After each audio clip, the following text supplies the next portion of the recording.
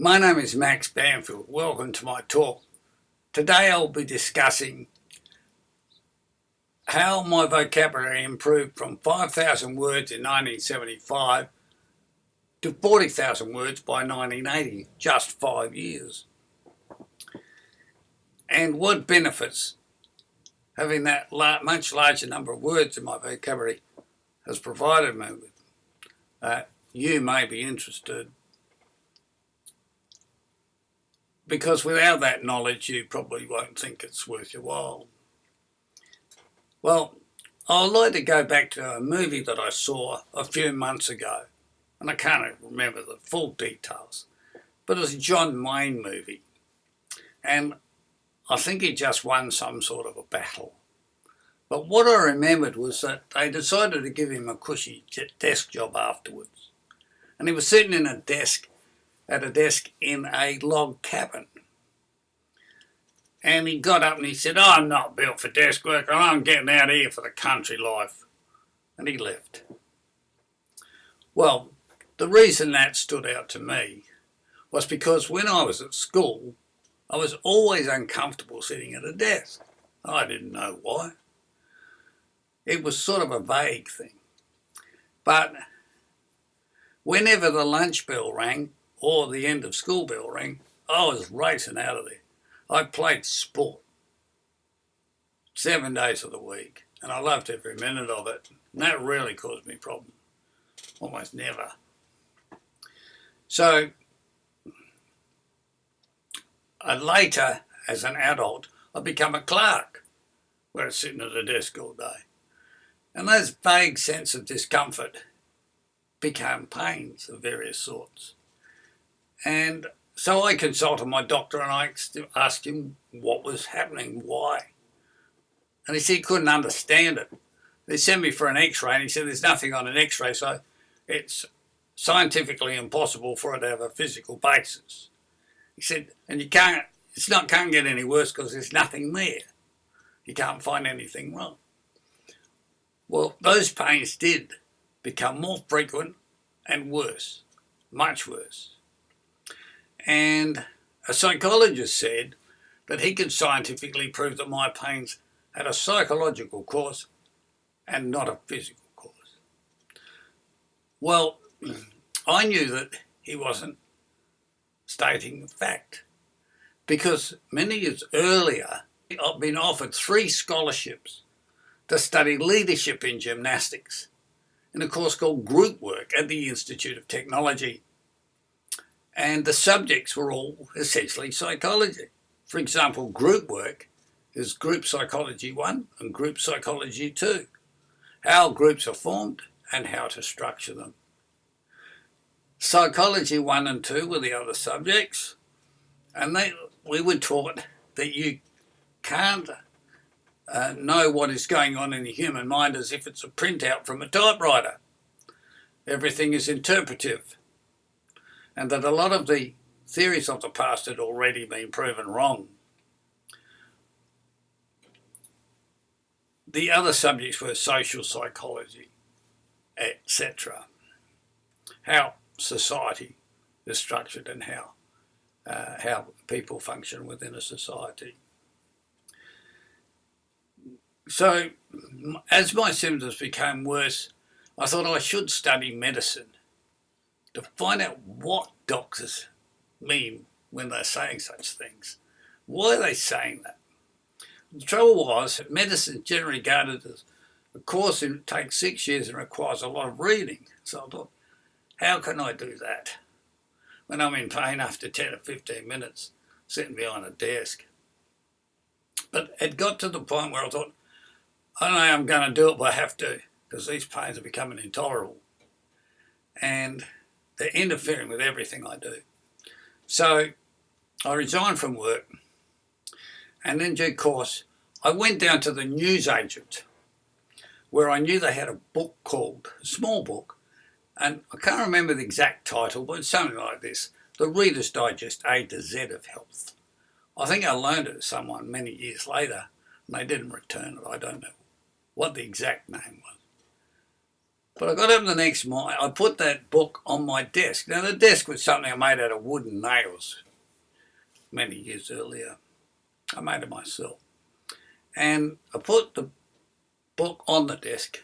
And the next morning I got up and read one word. It was the first word, something like acne. I'm giving you a general idea here. A skin condition. The next word, the next day, arthritis, inflammation of the joints. And the next day, asthma. Now, after a couple of weeks, I got to the letter D and saw Da Costa's syndrome. And this was described as symptoms involving chest pains, palpitation, breathlessness, faintness, fatigue, and abdominal pains, etc. I thought that's what I've got, that general set of symptoms. Why didn't my doctor tell me that? And also, why did he lead me to believe that I was the only person he'd ever met with those problems, when it's quite common he probably sees 20 or 30 patients a week with exactly the same problem? I was curious. But I had to get on with finishing that book.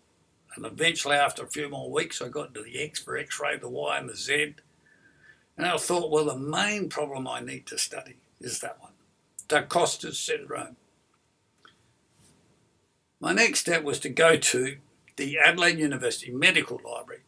I went to the reception area and asked them to give me some research papers on the latest and the best research journals on that subject. And they gave me some numbers to check later. And they introduced me to Index Medicus, which was the paper version of the Google search engine before computers came into general use. I then went down to the medical library and I found the journals and I took them to a desk at the back where there was light from a window that made it easier to read. And I read these sorts of things. We still don't know the cause, more research is needed. And I thought, they've had 2,000 years since Hippocrates to study this and they still don't know the cause. I don't want to wait 2,000 more years for them to find the cause and treatment. I want it done now. So I made it more determined to study it myself. And the next thing I saw was, when these adults were children, they were shy and timid and afraid of exercise and sport. And I thought, well, that's wrong. I don't know what all the other patients are like. I find it hard to believe that because I'm definitely the opposite of that. So I knew there's something not quite right about their ideas. So I took photocopies of those papers and took them home and put them on my desk. The next day I got up and I read a paragraph or two and I realised I didn't understand the jargon. So the next thing I did was to go back to the library where I think there are about a dozen medical dictionaries. And I found out on one way or another that the best was the Dorland Illustrated Medical Dictionary. So I went across to Rundle Street to a shop called Dimmock's, I think that's where I went, and got a copy of that book, bought one and took it home, put it on my desk next to the research papers. The next morning when I got up and read a couple of paragraphs and didn't know the meaning of a word, I'd go to Dorland's and find the meaning. So I noticed that words were structured in a particular way. For instance, a cat was a cat, a dog was a dog, and a house was a house. So if I learned one word a day, in 3 days I'd learn 3 words. In a year I'd learn 365. But in Dorland's, each word was divided into generally speaking, two of its components, based on its origins in ancient language such as Latin, Greek or Old French. So thermometer, for example, was derived from thermo equals heat, meter equals measure, an instrument for measuring temperature. And I thought, if I can learn 2 word origins a day, I'll be learning words at the rate of 2 by 2. In 2 days, that's 4 by 2. In 3 days, that's 8. Thousands of words a year. And words like thermo are in many words and meter in many more. So it'd be even faster. The next day I got up and I read the research paper, another couple of paragraphs. I don't even understand the English words, because to me a house was a house. But of course, there are many people who would refer to it as a residence, a dwelling, or an abode, all sorts of things. So the next dictionary I got was Merriam-Webster's 7th New Collegiate Dictionary, because the words in it were constructed the same way. For instance, geography is from geo equals earth, graph equals to write. So geography is a description of the surface of the planet Earth. And geo is in many other words, and so is graph. Graph, for instance, is in calligraphy and so forth. So I had a research paper, and next to that Dorland's Medical Dictionary, and next to that Merriam-Webster's US English Dictionary, because of their structure. Now, for the remainder of the day, I was recovering from any pain I got in the morning, and that was the easy bit. I was solving the problem, and I was trying to evaluate the various facts that I'd learnt, and I would be listening to the radio. The ABC radio had a reputation for being more elaborate in their use of language, so I thought I might as well listen to that, and then that's a lot of practice at listening to and perhaps later using that language. And so I did that, and I also listened to Radio 5UV, University Radio. And I also started watching the science shows on television to acquire as much knowledge and experience with words as possible, because they were shedding light on the information I acquired in the morning.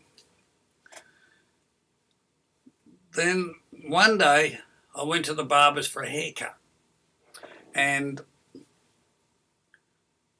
they had Reader's Digest magazines there to read while you're waiting.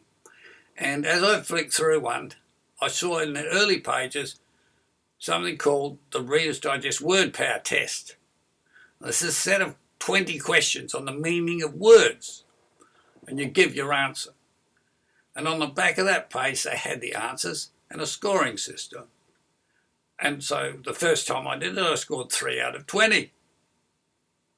And I thought, how can a person as intelligent as me have a level of 3 out of 20, which, according to statistics that were associated with this test, less than 5,000 words in your vocabulary. Well, as the months went by, I'd occasionally see another copy of the digest, and it would have this month's words are on gardening, this month's words are on sport, this month's words are on cars, etc. 5 years later, I picked up a magazine and it said this month's words are on medicine. And I scored 20 out of 20 for the first time. Now that equates with 40,000 words. And at some stage I read that this was greater than Shakespeare's. And some people have disputed that. I'm not particularly interested in that type of dispute because it's not particularly relevant. Going from 5,000 words to 40,000 words is a vast improvement. And Shakespeare lived at a time when there were not many words in the dictionary as compared to today when there are more than 1 million. So my focus was on the fact of this vast improvement. So I thought I should be able to derive an income from some of the conclusions I'm coming to, and in some way or another. For example, I came to the conclusion that the real cause of my pains was leaning towards a desk repeatedly all the time, was causing me, compressing my chest and abdomen, to cause the chest and abdominal pains, for example. But I thought maybe I could derive an income from selling Word-A-Day calendars. And then maybe a year went by when the ABC radio interviewed a school teacher, and he said that the level of literacy in our high school graduates was appalling and we need to do something about it. So I phoned them up the education department and I told them my story, and I said, are you interested in me providing those, or are you interested in making them in bulk under licence to me? And they said, no, they've got their own plans. Well, a few more years went by when the ABC interviewed somebody from Rostrum, and that's a public speakers organisation, and I wondered if they'd be interested and recognise the value of words. So I phoned them up.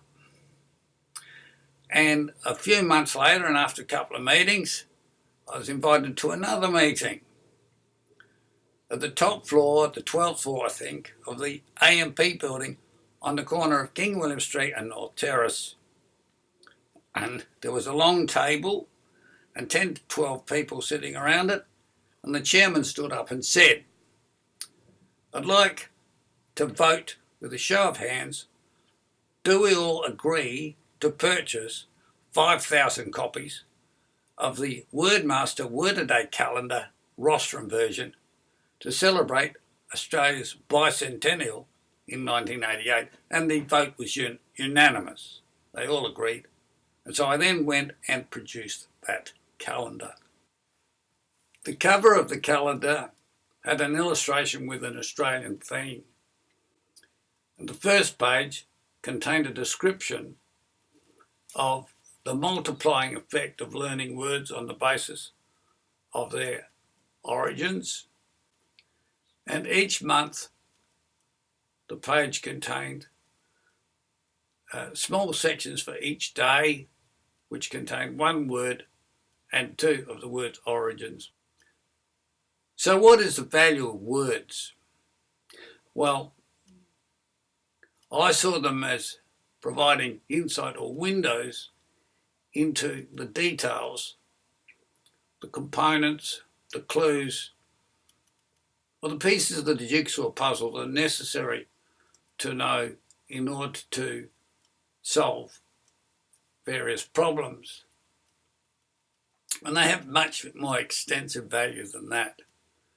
So I recommend them to your notice, and I recommend that you consider this in future for your own benefit. Thank you for listening.